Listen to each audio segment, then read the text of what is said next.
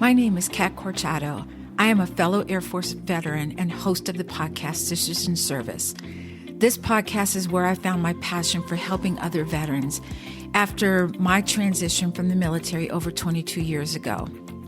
My mission is to help veterans avoid the black hole known as transition, to help women veterans find their voice and discover their strengths as they enter civilian life. There's a new episode every Tuesday. I hope that you'll listen, you'll like, you'll share, you'll comment, and let me know what you'd like to hear on this podcast. Until then, I hope to see you again soon. Please stay safe, take care of each other, and it's never too late to start your impossible. Welcome to another episode of Sisters in Service. I am Kat Corchado, your host. My guest today is Phyllis J. Wilson. Now, you may know her, you may have heard of her, but she is an Army veteran of 37 years. She was in military intelligence. In 2017, she was inducted into the Army Women's Foundation Hall of Fame. Like, how cool is that? But she's also the president of the Military Women's Memorial in Arlington. And we're going to talk a little bit about her service, her transition, just like how freaking amazing she is. Hi, Phyllis. Welcome to Sisters in Service. Well, thank you. From a fellow sister in service, it's great to be here with you. So I always ask my veterans this question. So did you pick the Army or did the Army pick you? Wow, that's a great question. I grew up as a tomboy. You know, I had two older sisters and two younger brothers, and I just had a greater affinity to run with the boys and do the cool things that I saw my brothers doing.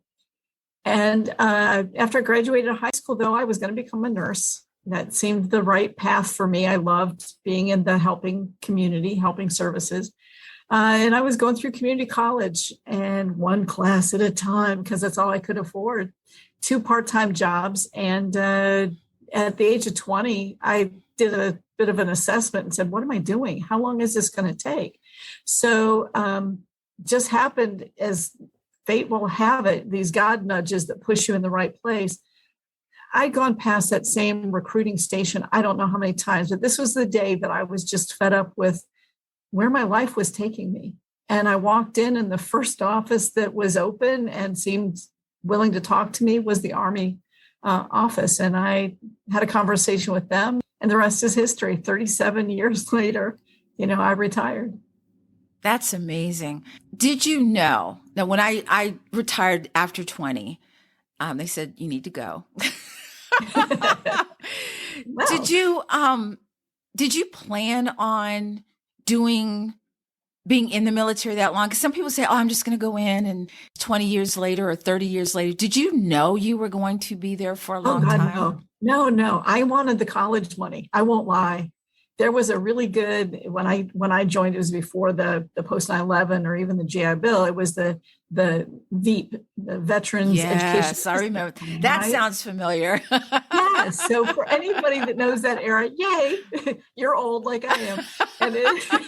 But I loved it because going into military intelligence and taking the ASVAB, I scored highly enough that they offered what was called the Ultra VEEP, where if I would pay my $100 a month into the educational benefits, I would also they would put money in on top of it. So I ended up in the 80s getting out after 4 years with about $25,000 in that account, which is a lot of money for college at the time. And I thought, Great, I can go back and finish up my degree, which is exactly what I did. In that first 4 years of active duty, though, I met a soldier. We got married and we had 2 little boys. And I can tell you, dual military it's difficult. 2 grown-ups trying to do the same job pretty much at the same time with little ones running around the house in the military is really hard. I'm sure it's hard in the civilian sector as well. But when you have to leave at a moment's notice and be gone 2-3 weeks, 4 months, or over a year, and sometimes both of you are called up, that's a challenge. So I opted to go back to the Army Reserve while I was going back to college to get my nursing degree. Well, I think the military has a sense of humor because they'll say, we'll accommodate our 2 military members who happen to be, married and And then their idea of being together is you're on one end of the country and your spouse is on the other side of the country, but you're still in the same theater. They're like, there you go. We got you together. It's called Geo Bachelor. So you were in military intelligence. Was that something you picked, or did they say, wow, she's really good at this? How about that job? No, as a matter of fact, when I sat in the recruiter station, they had a big book back before we had computers. And so there was a big book and you'd flip through, and it was in numerical order. You start at the lowest digits, all the way up. And we got into the 95 series, which were Army military police. And in there on that page, there was a photo of a woman as an MP. She had the helmet liner that said MP around the top of it, and she had a pistol on her hip. And I thought, you're like, yep, that's me. I want to be that. So that's what I had told the recruiter. I was 20 years old, so I certainly could sign up on my own, but I was still living at home, going to college. And so I went home that night and I talked to my parents, and my dad had been born and raised Amish. For those of you that don't know, but Amish are conscientious objectors. They don't believe in killing. And not that any of us really do, but right. But I mean, some of us will go to war, we'll pick up a weapon, and we'll do what we must in order to fight for the nation. That's just not in their teachings. Right. And so when I told him about that, he's like, hey, let's go back. So we went back a day or two later, and we started back there at the 95 Bravo page, the military police, and we flipped a couple more pages. We got to the 98 series, which is military intelligence. They needed German linguists, and that just seemed a perfect fit for me. My dad spoke Pennsylvania Dutch, which is a dialect of German. Yes. I thought, I always hated as a kid when my dad would talk with some of his brothers or sisters in Pennsylvania Dutch, so we wouldn't know what they were saying. And they would just laugh and laugh. So I don't know if they were telling dirty jokes or what, but I thought, I hate not knowing what's being said. So with that and an enlistment bonus to come in and learn that language and go to Monterey, California for a year. Why not? That's a win-win, right? Yes. So that's how it all started. I find that fascinating because my husband was in military intelligence in the Air Force. Mm-hmm. And to this date, he says it was the best job he ever had. He just absolutely loved it. I find it a lot like nursing, on my civilian side, working as a registered nurse in a number of fields, from neonatal to geriatrics to OBGYN to, cardiac step-down units. That's the great thing about it. You're still always a nurse, but you have all these different opportunities for exposure to other aspects of the same career. And Intel was the same thing for me. I started out as a voice intercept operator, meaning I listened with headphones on to East Germany. I spoke the language, I understood the language, so I could hear what maybe military leaders in East Germany might be talking about. Right. And so that was how I first cut my teeth on Intel. But over time, certainly it progressed to where I was able to work as a senior counterterrorism analyst with special operations, hunting down Osama bin Laden. My husband would, he analyzed all the different types of planes, friendly and enemy. And to this day, he doesn't have to look up and he'll just be able to tell what kind of plane it is. And I'm just like, that just makes me so mad. And he always makes fun of me. He says, you don't know what the plane that is? I go, look, I didn't fly it. I didn't load it. I didn't maintain it. There's no reason for me to, but I don't know. He does that, and it angers me and fascinates me at the same time. So what I realize is when military members get out of the military, I find that the longer they're in, sometimes it seems harder for their transition. Was that true for you? And what was your transition like coming out after 37 years in the Army?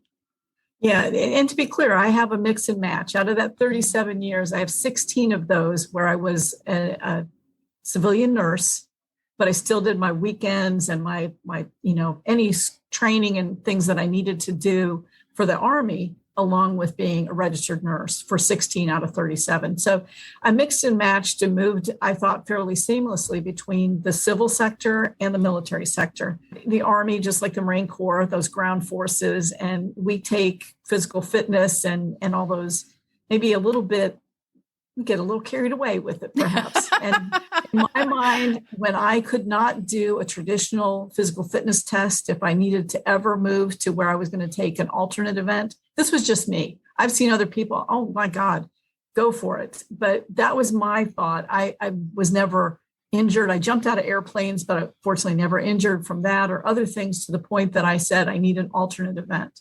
So when I was finally starting to think, man, I'd rather ride the bike than run the 2 miles, I said, okay, I guess it's time. It's time for me. And I thought, no worries. I have a current registered nursing license. I'll go right back. I was the director of nursing at my last job. I'll fall back to something like that. So I was ready, I thought. But you're right, Kat, in that after 37 years and sporting a fairly senior rank on your uniform, and when you walk into a room, people stand up, and I thought I was ready. But I tell you, the first time I drove into a military installation and showed a blue retiree card instead of a CAT card, I felt like I had lost who I was. I really was shocked that I was struggling because I thought, you got it in the bag. I wanted to do it. Yeah. No, it wasn't true. Wow. I know. First of all, I'm going to go back to what you said. You seemingly just said, oh, yeah, I just jumped out of airplanes. Jumped out of airplanes, y'all. Okay. I noticed that. You just said it so easily. But I find that it's hard, and this is for all veterans, is knowing who you are as a person when you're out of uniform. You know, who are we? Where's that identity? Because we identify so much with being in the uniform. Even today, I can go onto a base and say, I'm home, because it feels that way to me. I feel so, I won't know where anything is on the base, but I'm like, these are my peeps right here. And it doesn't matter if it's an Army base, a Navy base, an airport, doesn't matter. I'm like, I'm at home. When they wave you in, and you know, it just feels good. It feels like you're at home.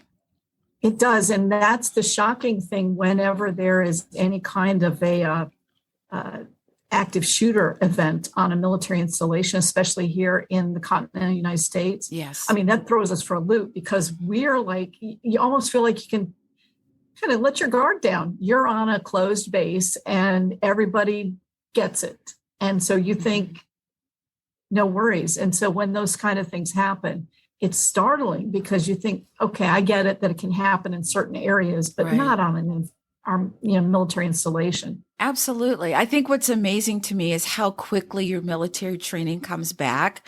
Because taking that active shooter thing, you know, you see on TV and people are looking around. My first inclination is get down. It's like, boom, hit the ground. And that's military training right there. Mm-hmm. That's, you know, it's assess where you are, assess the situation, and move accordingly. You know, and not pull your phone out and start recording. I mean, come on, folks, do something more purposeful. Do something more purposeful. Exactly. So you get your feet on the ground, and when did you know that you wanted to give back to the military community? Because I feel as sisters in service that we're in the service, but we also want to serve outside the service, but sometimes we don't know what that is. How did you find that? Well, you know, in 2012 through 2015, I was the senior warrant officer for the entire United States Army Reserve. So in that capacity, I traveled to Walter Reed and down to San Antonio to Brooke Army Medical Center and visited with wounded and injured soldiers and all service members, all branches of service. And especially as a nurse, this was like a perfect fit for me to go in and check with them.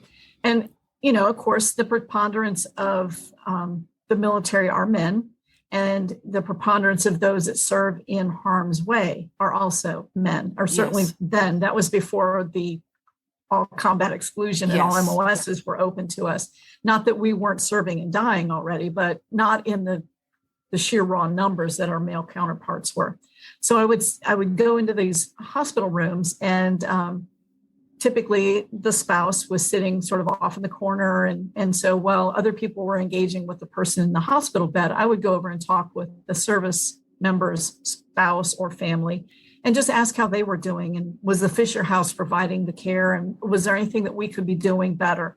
And just learned a lot from that. And as a result, in 2014, I actually, while I was still on active duty, I founded a charity, which is now defunct because I work at another charity and I can't manage two. And that was called Wounded Warriors Have Families Too. And that was simply because people thank and promote, and as well they should, the wounded, injured, and ill military servicemen and women. But behind them, we all know, is typically a family of sorts, whether it's a boyfriend, a girlfriend, a loved one, your mom, your dad, your sister, your brother, a spouse, whomever it may be. Exactly. There is somebody that is helping to catch you as you're falling. They're just forgotten because they're standing there in civilian attire, and people will come up and thank us for our service because we're standing there in uniform. But these people weren't being recognized, or the wounded would get these great trips to go hunting, fishing, sporting events or whatever, and they'd be gone with their back hooked up with their peers again. So they had this great camaraderie. But guess what? The family was still at home with the broken washing machine and the kid that fell and has a scraped knee or whatever. And mom or dad is still trying to run the house. And the service member, the wounded warrior, comes home feeling all uplifted and everything. And the family is still struggling to get through day to day. So we founded an organization to take care of the entire family and encourage them to go out and do some fairly hard things together. Because in the military, we've learned that the harder the environment is, the more cohesive the small unit becomes. Yes. Because we had to go through something tough together. Yeah. But so that's this is the premise. Yes. I truly believe, and I've always believed, because I saw my mom, because my dad was in the Air Force. And back then, when my dad went to Vietnam, the family had to move off base. You weren't allowed to stay on base.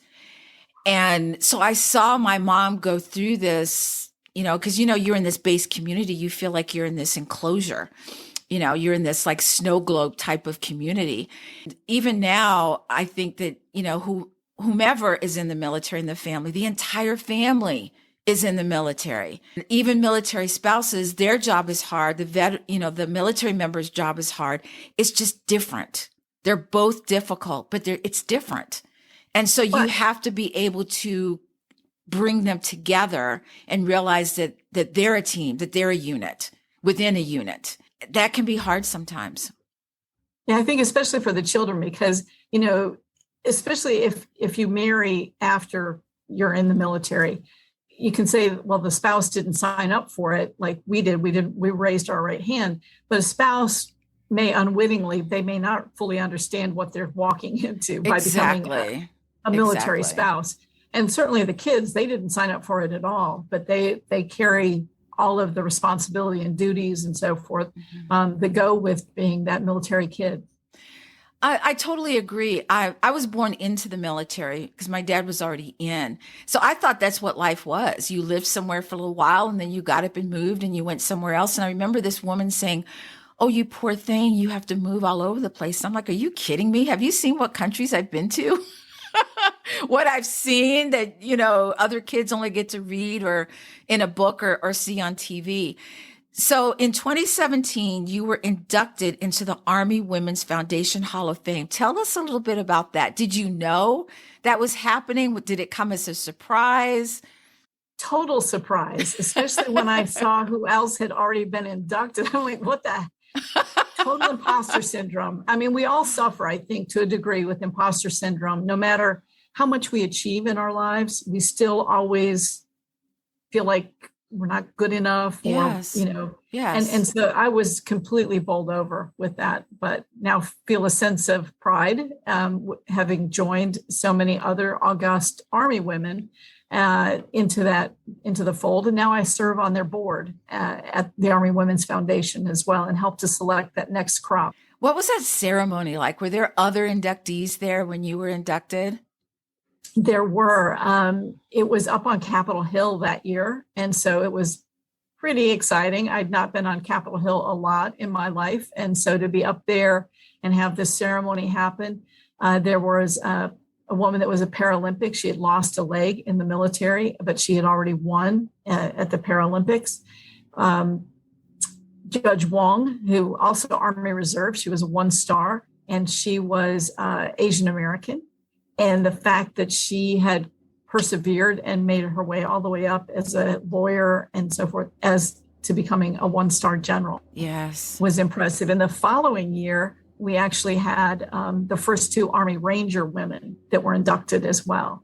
So I was able to be at that event, and that was really exciting to watch with these young women, that now these doors are opening for us, and to get through that kind of grueling training and prove that we have the grit and the gumption to do it as well. There's just some great things, I'm telling you, but here is one of the best. She is also the president of the Military Women's Memorial. So how did someone come to you and say, we're really thinking we'd love for you to be the president of this? Or, did it fall in your lap, or how did that happen? And why did you say yes? It's the thing is, for 37 years, so busy proving that I was, like I said, I ran with my brothers as a kid, and I was proving I was every bit as good as any of the guys. And so I was a soldier, not a woman soldier, a soldier. And I had not found out about the Military Women's Memorial, and it did open in 1997 after Congress authorized the building and creation of a Military Women's Memorial. It opened in 97.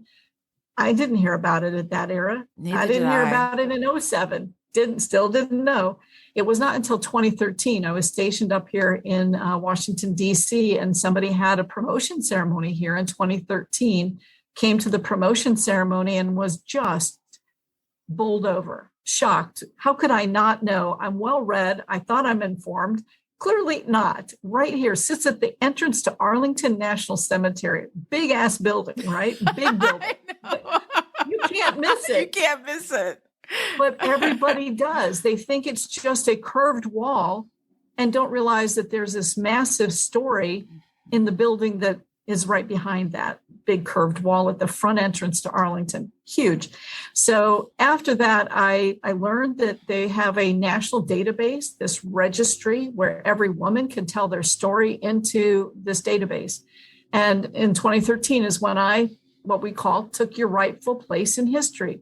Register and tell your personal memorable experiences of your time in service. So I did that. Along the way, stayed involved a little bit, and then retired in almost exactly the end of February. 4 years ago, I retired from the Army. I was at Fort Rucker, Alabama, and I went home to Florida. And then I took a job after taking about 6 months break, just to see, had I planned properly, I don't have to work anymore to pay the bills, right? Which is so liberating. Yes. But so now I definitely get to do the jobs that I want to do. And there was a great opportunity to go back and work in the Pentagon as a contractor. And I said yes to that as in Army intelligence. It was a great job. So I came back up here and was working in that. And I ran into the lady that is the chairperson for the board for our foundation here at the Women's Memorial. And then she told me that they were having this national search to find the next president for the Military Women's Memorial and Foundation. And I said, okay, well, if I gave her my card, she knew me already. And I said, if you'll send it to me, I'll try to think of people to share it with. And she's like, no, Phyllis, I'm talking to you. Are you interested? You need to apply. And I said, I'm not the right person. I said, the first person that was the president was Brigadier General Wilma Vaught, the founder of this place. And she was the president for 30 years. She served when she retired from the Air Force in 1985. She was the senior ranking woman in the entire Department of Defense, not the Air Force, the entire DOD. As a 1-star. She was the senior ranking woman because she had 5 years time and grade. So, and then she started the foundation and then built out this place. And until 2016, she served as the president of this organization. Everybody knows General Vaught in the area and in the space and community. So they sort of had one of the board members that stepped up, not what she wanted to do, but she agreed somebody needed to serve in that capacity. And so Major General D. McWilliams stepped up and she served then while they were doing this continuing search. She did it for several years and finally she put her foot down. She was like, look, I want to travel. I'm retired. You've got to find a replacement. So they did this national search, and I was not going to apply. But as fate would have it, like I said, those little God nudges that put you in the right Army recruiter station or at the right place. I parked in a veteran parking spot outside of a local area grocery store. And as I hopped out of my car, sure enough, somebody said to me, "Hey, that's veteran parking." And I wanted to be snippy and say, "I can read, thank you." I said, "Yes, sir." And he asked me if my husband was with me. No, we had a conversation. I answered questions. He started like trying to see if he could trip me up. Do I really know the military, kind of a thing? But as I got inside and got my grocery cart, and I wasn't upset with him, because it's not like it's the first time it's ever happened, right? Right. I'm sure how many of us have been challenged, or, you ask for the military discount and they want you to go get a guy with an ID card. I know, right? So, I mean, it just is what it is. And you can either be upset and frustrated about it, or you can try to educate. So we had this great conversation. And, but as I got to thinking about it, it just like God was saying in my head, we're not done. Right. The story isn't equal yet. As long as you park in a veteran parking spot and somebody challenges you, because if a guy that had never served had parked in that spot and gotten out, nobody would have known and not even thought to I wonder if you actually was in the military, right? Right. So the more I thought about it, and I knew how our story does not run parallel with our male counterparts. And let me be clear, I have 4 sons that are combat veterans. I admire everything that our men do in the military. Absolutely. Absolutely. I just want to be clear that our stories are different. We have men that come into the memorial and they're like, "Why you got to have your own place?" And it's like, George Washington was a general in the Revolutionary War. What year was the first woman a general in any branch of service? And most of them, most women can't tell you that. Yeah, I'm going to be honest. I can't. So it's 1970. 1970. Wow. And that was only because they changed the law. Congress had to change law. We were capped at 2% of the military total. We could not be more than 2%. We couldn't have a rank above 05, because that kept us in a women-only environment, because they didn't want women to have command over the men. And that was what it was. But as the draft was going away and they knew it was going to all volunteer, given the sentiment because of the Vietnam War, as you can ascribe it, given your dad having served, they knew they were not going to get enough men to volunteer to serve. So they had to remove those limitations from the other 50% of America, the women, and to show us that there was a career path that was meaningful for us. And so all of those, 1970, first time. So that's why our story, while fabulous, is different, and it needs to be told somewhere. And I don't want to be a footnote at another memorial or museum. I want a whole story that starts from the Revolutionary War till today and looks to the future. And that's what we do. I love that story. I have a similar experience, just almost exactly like yours, of parking in, only this person said to me that once I told him that I was a veteran, and he said, "You don't look like a veteran." And I kind of said, "Well, sorry to disappoint you." And I walked into this. Well, what does a veteran look like? That's what I love. What do we look like? I mean, look at us. Look at all of the men. You can't tell. You can't, unless, you ask the question. But I know the only reason I know about the Women's Memorial is because, I'm with the Women Veterans Network, and we did a training in Washington, D.C. And I always wanted to go to Arlington Cemetery, always. And I got a chance to go. And it's just this, I won't say it's magical. It's just this there's like this hush. You just want to be quiet and you want to whisper, because these souls are there. Mm-hmm. And our director said, "Oh, we're going to the Women's Memorial." I was like, "Huh?" Like I was like, "What?" I was like, "Okay." And then we go, and it was just the coolest thing ever to see all of this stuff, and women represented from, a lot of different eras, but to know that this is going to be bigger and get bigger is exciting. So tell us a little bit about what's happening right now with the Women's Memorial. Absolutely. So As I said, it was built 25 years ago. And you can well imagine through Arlington National Cemetery, which is a massive cemetery, over 400,000 people are laid to rest at Arlington. So you can fathom how massive it is. You would not want to try to walk it or run around the cemetery in a day. It would be onerous. But at the Military Women's Memorial, we have, and the tour guides will also tell, the best bathrooms in the area. So 25 years of wear and tear on 2 sets of public restrooms, one at each end of the beautiful memorial. So those are in the process right now. We're closed for those renovations. That, and then our office spaces, which we're trying to harvest more space down there. We have 2 locations, actually. We're at the memorial, and we also have the foundation headquarters. Fortunately, we don't have to pay any rent or anything at the memorial. We do up here at the foundation headquarters where I'm sitting.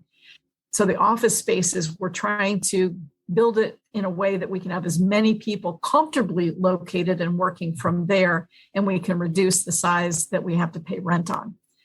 But also the theater. For anybody that's ever been to the memorial, we had a 196-seat movie theater where many promotions, retirements, commissionings, the Hall of Fame inductions from the Army Women's Foundation, you name it, we've had every kind of event in that theater. Most of the time, that 196-seat theater is maybe 60 people that come for a promotion or a retirement or something.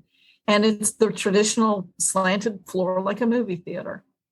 What we've chosen to do is actually all of those chairs are now gone. The floor is now flat level. So, and it also, the room can be divided in half. So if there are smaller group meetings, we can conduct them in there and keep the exhibit galleries free and clear so that for the experience, when you start from the Revolutionary War till today, as you come down the long gallery, we're not breaking it up by having small meetings and things. You got to try to get around them or go right through the middle of a reception. Right. So we're trying to do more of those. From sit-down luncheons, the honor flights can come in there and have their lunches and keep the exhibit gallery open for the public to see more of that. So we're doing that this winter, and we'll reopen in just a couple of short months before Memorial Day. But we're fundraising like crazy right now. We need to raise almost $20 million to tell this story properly through the exhibit galleries. All of it will be basically gutted. We're laying in the technology in this phase. All of the wiring that we need is being done, but it will be a completely interactive, almost like virtual reality, RFID chips, you name it, we're putting it in there. These stories are going to come to life. And so whether you bring a 4-year-old little boy or girl or a 104-year-old veteran to this place, there will be something for everyone. That's but exciting. Of course, it doesn't come without a price tag. And that's why a lot of our work now is around raising the money. And my big push is to anybody that's hearing this, please understand, I'm not asking you necessarily to fund this, because this is our memorial. This is the memorial meant to honor the 3 million women that have defended this nation. It is not to be funded, in my mind, by the same women that it's meant to honor. Absolutely. America needs to step up and pay tribute to those women by supporting and funding this massive renovation and update. I can't wait. So when is like the big, huge finale where it's, bugles are bugling and flags are flying and people are coming in? Because that's the one I want to go to. I get you. So, of course, this year is our 25th anniversary in October. We'll be open and you'll see some of the changes. You'll also get to see all the schematics and renderings of what the future holds when you come to the 25th anniversary. It'll be 3-day, 14, 15, 16 October of this year. There'll be open houses. There'll be individual service luncheons. So if you're an Air Force woman, you want to go to the Air Force luncheon, Army, go to that one on down the line. Similar in small scale to what Dedication Day or week was in 1997. When we opened the doors, 40,000 people were on the street facing the memorial, 40,000. The Vice President of the United States was there for groundbreaking 2 years prior. The President and First Lady were there to help us turn the ground. And we had all kinds of dignitaries at both of these events. So 40,000 people. And in that 25 years, we've certainly made big changes. So when we close, again, after Veterans Day of 23 next year, we expect to open the summer of 24. And there'll be a soft opening for a couple of months to get things all figured out. But sometime probably August, September-ish timeframe, we plan to do a massive rededication ceremony and group of services. We'd love to see another 40,000 people out there on that front, because there's really going to be two new generations of military women that it could have been born 25, 26 years ago, right, but they weren't old enough to serve. And then all these new ones that were born since 9/11 and they are serving. And this is their memorial. It's their place to rise and shine and tell these stories. So we're really excited for what the future holds. So easy to follow us too. We're on every kind of social media. If you look for Military Women's Memorial on anything, you'll find us. This is just super exciting. And I know why this is important, but can you reiterate why it's important for women to recognize themselves as veterans and to support the Military Women's Memorial, even if it's just telling their story? Yeah, the stories are super duper important, and I'll tell you why. Out of the 300,000 stories we have in our national database right now, that's 1/10 of the stories that should be in there. And this is a research database. It's a national recognized database. And so many people that are writing books about us, military women, they're only getting partial stories because folks from the 1950s, 60s, 70s, 80s to today are not putting their stories in. And you don't have to wait till you're done serving. If you're a young woman that's only been in for a year or two or three, go ahead and register your story now. You can go online and do it so easily from our website. When you have a promotion, new awards, a new memorable experience, put it in there. Because when they look across a certain era, a certain branch of service, a certain anything, when they're doing this research, the more stories that are in there give them a more complete history of what we've been through and our triumphs, our sacrifice, our service, our courage is told in these stories. And so often we always say, I was just. Yes. I was just I just jumped out of airplane. I wasn't a Ranger. I just whatever. We always do that. But that's part of the humility, I think, that military men and women exhibit. Yes. Is we minimize our accomplishments, which makes it very hard when we transition out, when we're interviewing for jobs in the civil sector. A lot of times we think it's bragging about ourselves, but it's things we've done. Is that bragging? If it's what you have done and what you have accomplished, if you've managed a budget of over $10 million, that's I think you should speak up and let them know that. And say, well, I was just in charge of it doesn't take long to hit 10 million, as we know in the military, a couple of big trucks and you're there. Yeah, they're there. Well, I think too that it's, in the military, it's that mission mindset, that everyone is a little piece of the puzzle that gets the big mission done. So I think that's where that mentality comes from, where we say, we just did this because that was our little piece of the puzzle, when in reality, it's pretty huge, I would think, I agree with you 100%, Kat. Yeah. Yeah. Oh, Phyllis, this has been amazing. I will expect my invitation in the mail. Of course. I can't wait to go. This is so exciting. Any last words, for anyone listening? Do. Oh, please, by all means. I'm going to jump right in Go here. for I'm so excited about this because we're closed. And of course, COVID, it caused us, we weren't financially, we didn't think we could. You find a way when COVID forced us to be much more virtual. Yes. And we started looking at things as we knew we were closing this winter and going to close again. And then, of course, the summer of 20, just painful for everybody to get through that horrible time. And it made us look both as an organization. We have a small team, only 30 people total.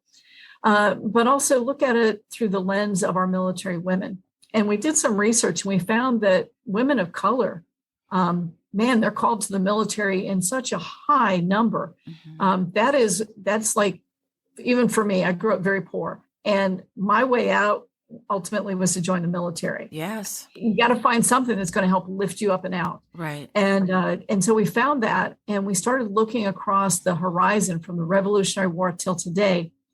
And these stories and we've started a exhibit called The Color of Freedom, honoring the diversity of America's servicewomen. So we unveiled that almost exactly a year ago inside the memorial physically. Since then, we have launched it. It's down at Virginia Tech. We have a beautiful, about 40-foot long exhibit with 30 different stories of women of color, QR codes for their oral histories. And we'll also be going to San Antonio and other places across the country to exhibit and share these incredible stories of these women that, they served when their country didn't serve them. Right. Just let's be real. They didn't get served. And they still, for whatever reason, patriotism times 20, said, I gotta answer the call that my nation needs me. So we thought it was really important to tell those stories. And we'll be continuing to find ways to do national outreach. And not everybody's going to be able to come to us physically. But if you go to our website, womensmemorial.org, you can find a virtual tour of the inside of the memorial as it was before we started this renovation. And then, of course, we'll be launching some major stories coming up very soon to tell about what our future holds, our collective future, all women that have ever served and defended this nation. It's a great story to be part of, don't you think? Yes. I just did a podcast about the women of the 688 Battalion. Yeah. And it fascinated me that the fact that they had this calling to put the uniform on and to do something that no one thought that they could do was just... The amazing thing was 4 other units had tried and failed to do what this 855 women did when they went over there. And we've been actually partnering very closely with Edna and Liz and that did the documentary. We've screened that a number of times at our place as well. But we've been working up on Capitol Hill. So the Congressional Gold Medal, as you know, yes, we're still waiting for the House to pass it. We have enough co-sponsors now. It needs to get passed in the House, and then the Congressional Gold Medal is done.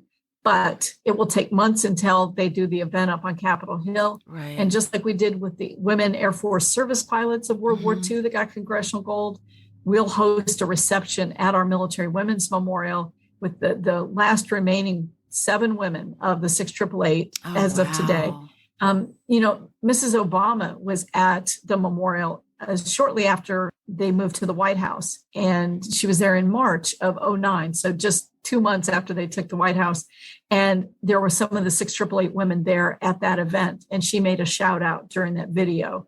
We have the film still talking about these women of the 6888. So we intend to invite Mrs. Obama to that reception. And I think that would just be stunning to have her there. Oh yeah, that would be awesome to be there. I saw actually the screening of the documentary they did, which is what fascinated me so much, because I thought, why didn't I know about this? There's so much we don't know of the women that have served so long ago that there aren't any stories, or no one's saying anything about it. So I am so happy. Have Charity Adams Early's uniform, the commanding officer of the 6888. We have her uniform. I'll tell you quickly, a gentleman came in, a military veteran came in. He saw we were screening it. He sat in and he watched. He was African-American. He came out, like tears running down his face. And I said, what's wrong? What's wrong? And he said, how could I not have known about this? And I said, I get it. I didn't know till I started working here. I'd never heard of this amazing, all African-American women that went overseas, only unit like it. And not only did they do their job, they did it so doggone well.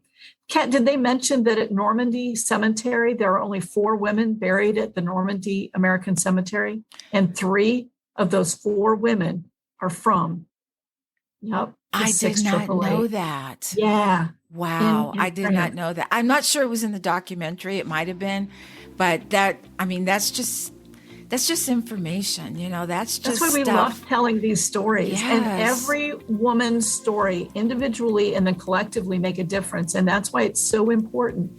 I'm just begging people, please take your place, claim it, sit beside Charity Adams Early in our database, sit beside me, sit beside Kat. We've got to get these stories in there. We have to.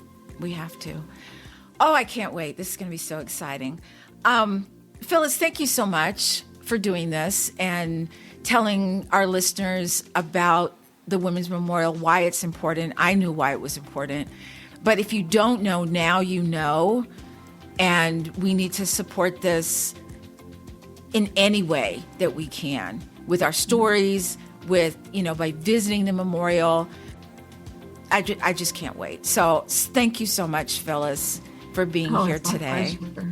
And for my sisters in service, as usual, I'm going to say, please stay safe, take care of each other. Until next time, and it's never too late to start your impossible.